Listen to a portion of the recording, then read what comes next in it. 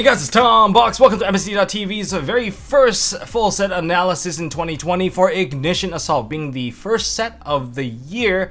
And sneak peek is coming up this weekend, so we're going to be talking about all the hype cards and all the secrets. I know everything's basically been revealed, but for those of you guys who haven't kept up, haven't really followed up on it, well, here's your chance to get your review and get your information once again so that it can be fresh in your minds as you dive into your sneak peek. So this is going to be part 1 where we talk about all the secret rares and all the hype cards. In part 2, we're going to the major archetype releases and the ones with major support. In part 3, we're going to go into all the loose support that came out in the set, and we'll talk about some of the draft building things you need to be aware of within the set of Ignition Assault. It's its own variation of a meta per se. But yeah, make sure you subscribe and ding the notification bell for those kinds of updates. And let's jump into this one. Okay, and these are our secret rares for Ignition Assault and TCG. We have 3 cards from the @Ignister archetype. We have Achichi, we have Pikari, and we have A Island, the field spell. One of the Lone Wolf secrets as a monster, we have Gizmek Mikazuchi, the Supreme Shining Stag. Really anticipated card from last year, probably one of the more hype cards this year as well. And then we have Sales Pitch, a very interesting trap card. We have Lightning Storm, which kind of describes itself. We have 2 cards from TCG exclusives, Plunder Patrol Ship Brand and Plunder Patrol Ship Mowerk. Those are our secret rares in TCG. Now let's go into each one and let me see if I can gauge their price point for sneak peek anyway. You guys can correct me if I'm wrong, seeing if I'm wrong on the initial release and the settling point, of course. This time around, Nishi's probably going to give his input as well, especially within his market watch. We'll see how it goes. But anyways, let's start off with the very first secret where we have Achichi @Ignister. This is the Stratos of the deck, as you get to add a level 4 or lower @Ignister monster from your deck to your hand upon normal or special summoning. Ooh, very fancy. Now, it has another effect where it gets to pop a Cyberus monster when it battles the one monster that you control, and that's mainly for Fire Phoenix to trigger its effect to pop a card and perhaps summon itself back out. But I think the key point of this monster is that it is able to add a monster from your deck to your hand, and there's a lot of lower level @Ignister monsters that are able to special summon themselves out, use them as body, use them as whatever material that they're supposed to be used for, whether it be a ritual, fusion, synchro, exceeds, whatever that the summon function may be. This card might be the one card to kind of get you started. Although typically, if you want consistency, this might not be the card you want. But anyways, since this is a secret rare, this is one of your search cards, and most likely, I think this is a 2 to 3 of in the deck. I would say at price point wise, it's about $10 on entry. Now this is one of those times where I am reminded of the archetype of Unchained. That's right. They were like, oh my god, why are they taking so many spots in the secret? There's so many other cards that they could have milked, but they decided to put this one out here so that some of the more casual players will have to do a little bit of secret hunting. So $10 on release, probably $5 settling when the market gets flooded with more and more of these cards, as the other chase cards get more sought after and more people crack more and more boxes. So yeah, that's my guess. Now continuing on down this line, we have the Pikari @Ignister. This is another Stratos of the deck. No, this one searches out spells or trap from the deck to your hand that are AI spells and traps, and you can target one of your Ignister monsters and it becomes level 4. So this one is aimed more towards getting a ranking play done, so you can go into the Light Dragon @Ignister. And I think this one's a bit more important because it can search out your field spell. The field spell can dig out additional monsters for you. That is why it is key. In terms of price point, this one's probably gonna be about $10 on release, because again, it's an archetype that's not very popular. If you're gonna pay a lot for this card, don't pay more than $15 at the sneak peek.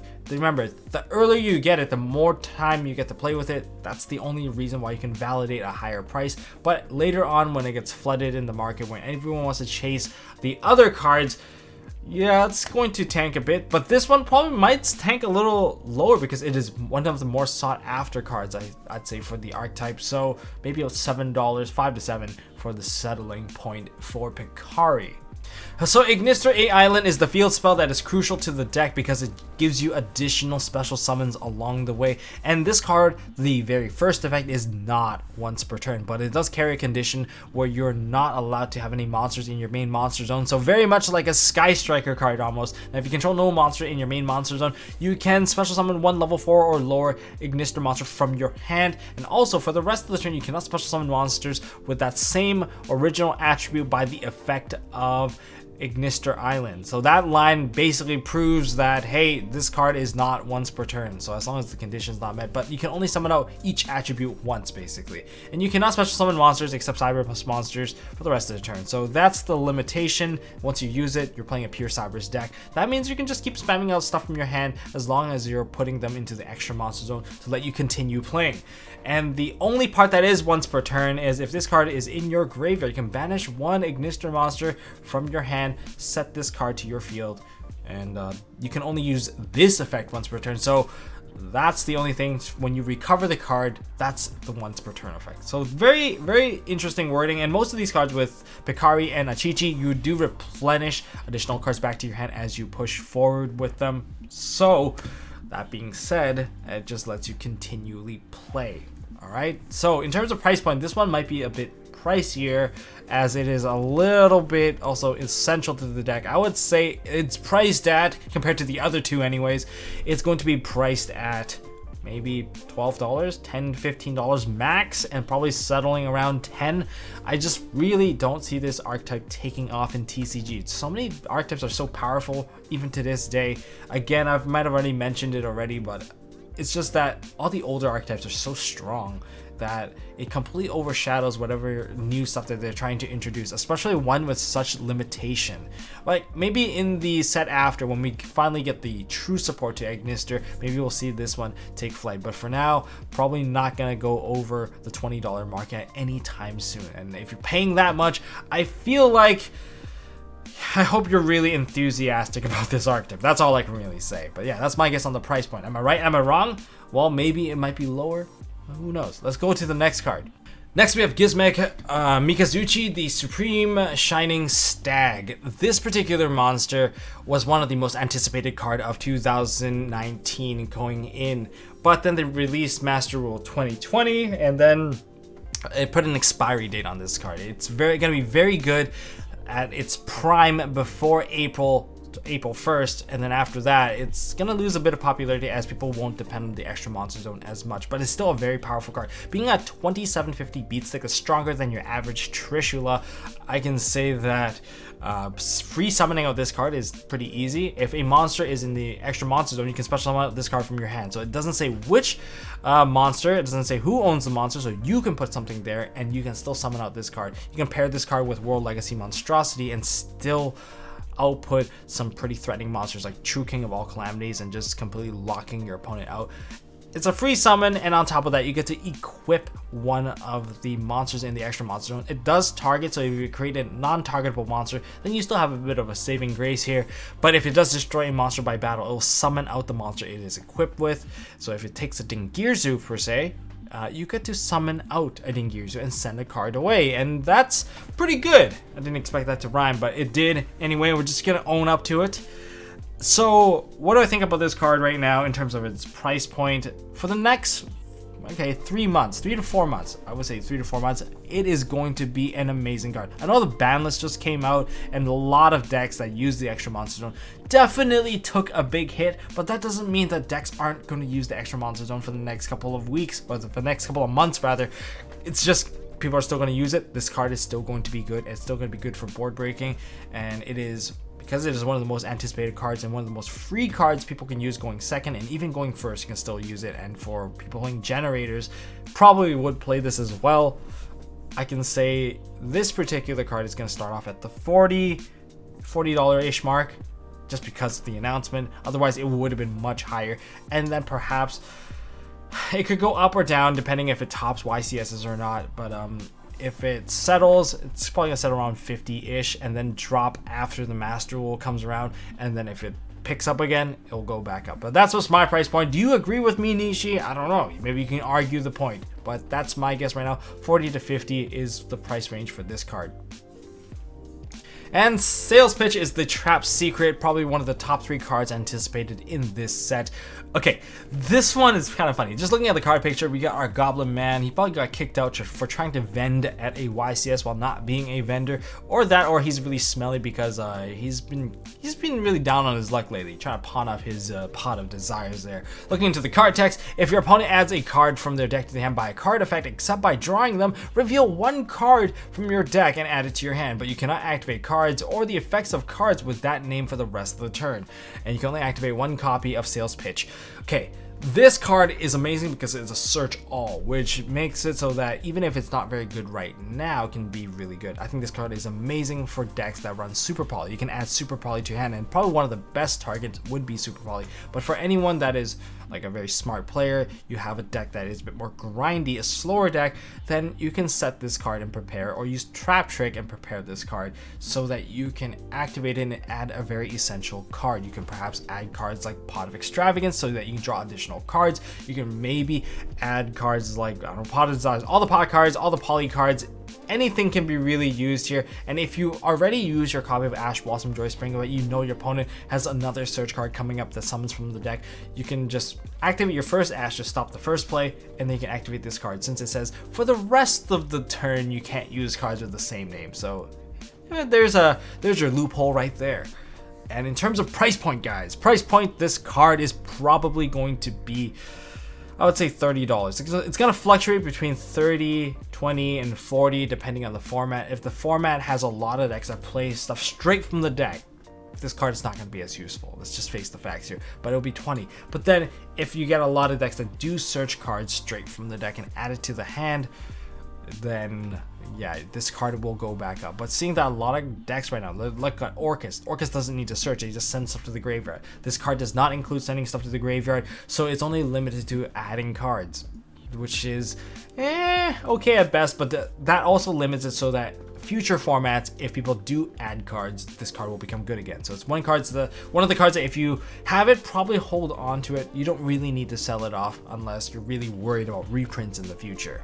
Next, we have Lightning Storm, probably the most hype card that everyone wants in this set. Lightning Storm is basically a lightning vortex paired together with a Harpy's Feather Duster. If you control no face-up cards, you can activate one of these effects. You can have set cards. You can set a bunch of cards and you can top deck into it, and you can just blow out all of your opponent's back row. It's more likely you're going to use that effect than destroying all of your opponent's face-up monsters, unless you're really using it for board breaking. You can like be a bait out and then pop the rest of your opponent's cards using actual monster effects. That's an option. You can only activate one Lightning Storm per turn, so you don't get to use both effects, which is fair, but if it does get the activation negated, you can activate a second copy. The biggest limitation for this card is that you have to control no face-up cards. So in other words, it has to be one of your earliest plays. You can't have committed monsters, and it can potentially be a bad top deck. Those are the only things really making it a significantly more powerful card than it is, making it more powerful than the actual Dusters, because that condition is very limiting. But it is still very good upon the early draws, and even as a late game top deck, if you're not in control, this card can bring control back in your favor. So that's why this card is really, really good. And whether you be a casual player or a competitive player, and with the recent ban list, especially when Red Reboot, Pancratops, a lot of these counter cards towards control got hit, this one definitely gained a lot more popularity and maybe have added another $10 into my prediction. Price point prediction, I'm seeing this card starting at the 50 to 60 range and maybe higher. The only reason why I have like doubts on this card and why it might settle is just because it is a really bad top deck when it comes to maybe turn 3 or 4, and it does seem like the format is going to get slower and you set up stuff onto the field and you have face-up monsters. You have to get rid of your own monsters to activate this card, otherwise this card is a dead card. I understand the feeling that if you have a really powerful card, you can't use it. It is basically useless and feels even worse because that utility could be used right now, but my conditions are locking me out. So it's about like a 50 to 60. Otherwise, if you didn't have that condition, it would have easily been a $100 card, but not in my books right now. And this one is going to fluctuate on format because it's not a Raigeki either. It destroys attack position monster your opponent controls, which is great. You can kill all Link monsters as long as they're not co-linked with Nightmare Cerberus, but for the most part, a lot of the boss monsters are very difficult to kill. IP Masquerena can make an unkillable Boral Sword. You have, on top of the IP Masquerena, you have BLS, that's very difficult to kill. There's just a lot of things that are really hard to kill by destruction, so you're mainly using this as a spell trap remover, and if you've established a board, it's not going to help you. That's the only reason. So it's about 60 to $70 upon release, and it might stay around the 40 to 60 mark even on the drop, just because it's like adaptable to upcoming formats as well. It's a little bit future-proofy almost. For our Plunder Patrol ship Mowerk, this is the Xyz rank 4. Now, it's kind of fun to see this card because it has a discard effect to target one effect monster opponent controls and banish it, and then you can add one Plunder Patrol spell and trap. It's basically a free banish to some degree. You're not losing cards in your hand, and it becomes a quick effect if this card is equipped.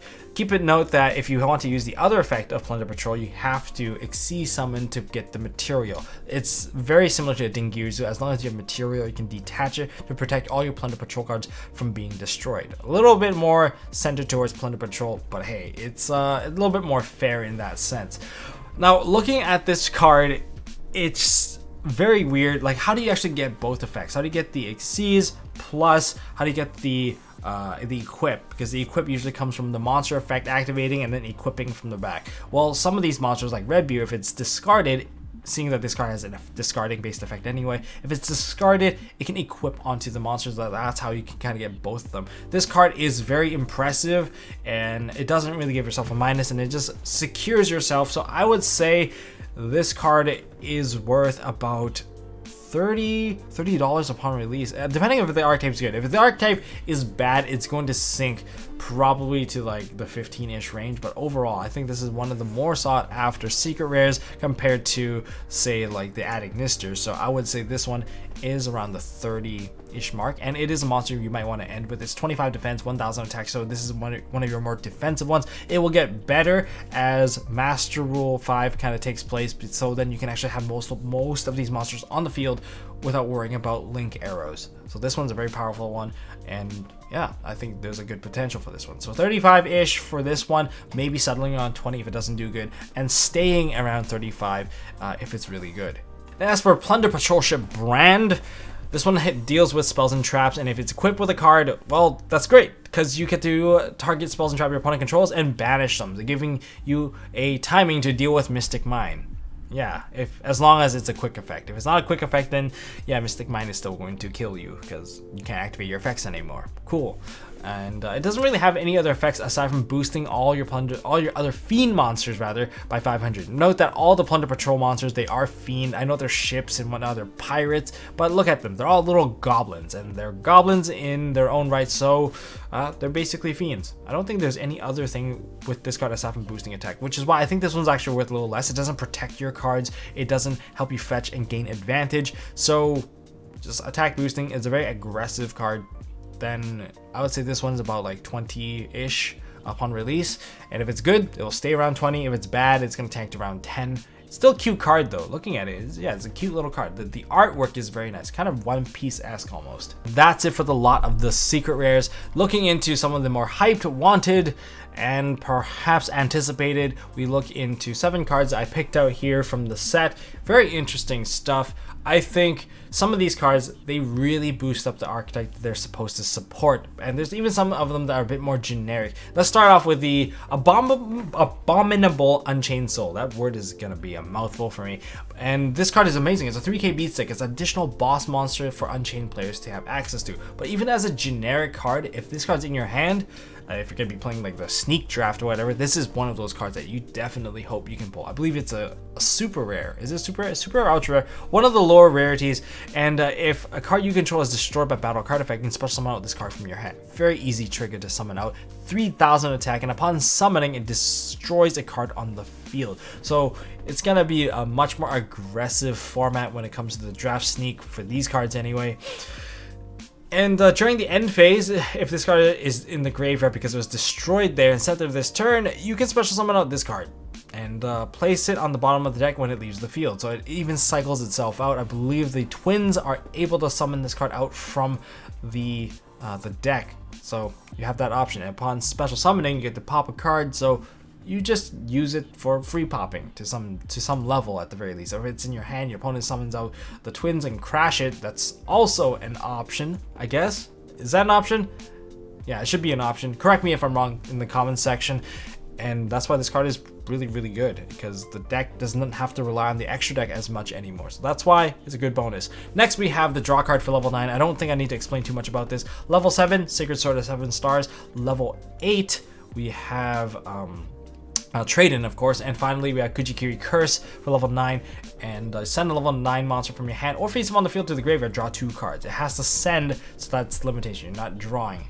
And if you're wondering what level 6 is, I believe is the Celestial Observatory to get the level 6 into the graveyard to draw 2 cards. Just a lot of options here, and being so generic, if they make more level 9 archetypes, then this card is always going to be valuable. But right now, the key archetype it's going to support is going to be generators, and if they throw the right cards into the graveyard and draw the other right cards, Hela can revive the generator and just make it very difficult for anyone trying to play against Generator. So this is going to be a very big bonus, I would say.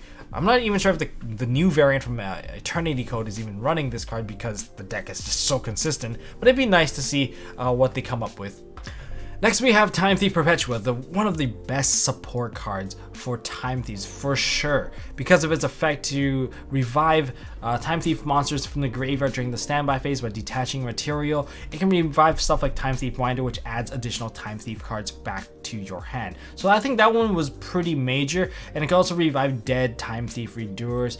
And if you do it during the standby phase, I believe Time Thief Redoer is going to attach a material from your opponent's deck, top of their deck. So that's going to be very beneficial for you whenever you use Time Thief Perpetua. And on top of that, Perpetua has a quick effect where you can target the Xyz monster you control and attach a Time Thief card from your deck as material. And reading the effect, it does seem like it serves a bit of a generic effect, because you can target one other Xyz monster you control. It doesn't specifically state a Time Thief monster, so that gives me ideas to kind of load up materials for a particular monster. But that's just my opinion, guys. Maybe it doesn't matter. Maybe it does. Maybe you can add another material to the True King of All Calamities to keep your opponent stunned. Add another material to your Abyss Dweller to keep your opponent, again, stunned out. That's just my opinion here.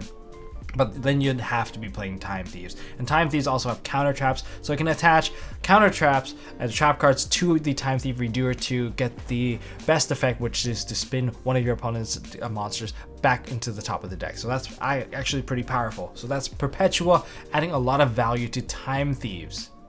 Next, we have Inverted Code Talker. This adds the ability to quickly link your opponent with just Code Talker monsters. I think that was one of the main utilities. And if this card is link summon, special summon a Cypress monster from your hand to a zone that this card points to. Yeah, that's basically it for this one. This one was missing during the video game release of Legacy of the Duelist. And moving on, we have the Asa, the Earth Charmer. I believe this one is the immovable one. Aside from that, it's just the Earth Charmer, lets you summon out Earth monsters. Are there enough Earth monsters for us to play with? There's probably a ton of Earth monsters we can play with, so it's just going to be another utility card for Earth-based decks. Okay, one of the generic Link monsters a lot of people was excited for was Cross Sheep, but Cross Sheep... Well, after the ban list, at least Thunder Dragons definitely dropped a bit of favor on this card, because they were able to get free Matrix revivals with whatever that is pointing to. If it's a fusion, you get to special summon out a level 4 or lower monster from your graveyard. Well, that's not going to be a thing. Brilliant Fusion got banned, I think, because of this card, because this card can easily go into Appaloosa. If you summon a fusion monster, you get another body, you automatically get an Appaloosa very quickly with Cross Sheep. And Cross Sheep is basically free. It almost feels free when it comes to playing with fusions. And DDD is another deck that can abuse this card. I think anything like hero related, I think they're also going to anticipate trying out this card so they can get additional free hero monsters out from the graveyard. That is only if they don't lock themselves into fusion of hero monsters only. So that's one of the limitations that they're trying to play Cross Sheep, but still a very generic monster, very easy to make, 2 different names, so definitely will serve some level of utility. It's a rare rather than someone thinking it was going to be a high rarity. If it was like Thunder Dragon, if it was not, Colossus wasn't banned, we're going to see stuff like, oh, Nemesis Corridor summoned out and then turned into a Colossus because it's a Thunder monster, and then we're going to see a Cross Sheep revive the Corridor, and now we get to summon out a second Colossus. That would have been pretty ridiculous since the whole play was free. Yeah, but that's not going to be a thing. And finally, Agarda, the generator boss of Disillusion. This one I think it's going to be a very powerful addition to the generator lineup. And it's just part 1. Part 2 is coming out in Eternity Code, where they get Hoar and Lopter. Once they get that, Condemn Witch is also going to pick up its pace. The combos don't even rely on like many steps. It's so easy, and it's built in on your opponent's turn. You just summon a Condemn Witch, add a card, set the card, and play the field spell, and your full combo is done. You have 3 disruptions by just summoning one monster and playing 1 field spell. That's how good it is going to be. So that's something to look forward to. I'll discuss it more in depth later on, but for now, that's all I got. iGuard is going to be very powerful because it lets you tribute 2 generator monsters and you get to banish 1 card on the field. I think that is a very, very useful effect. It's a quick effect. I don't think we have a quick effect that has generic banish any card on the field. I know that we have IP Masquerena, which lets you spin a card, but it's like you're really using Unicorn Summon effect more than anything. This one has just a lot of better timing. It's not forced on you. It's really good. Solid defense, 27, 22. Yeah, I don't know. Nothing really bad to say about this card. It's just part 1 for the upcoming generator control to come up from nowhere. It is a very powerful deck. I am really looking forward to trying it out myself and really taking it to perhaps events as well. That's one of my top 2 most anticipated decks of the year for me.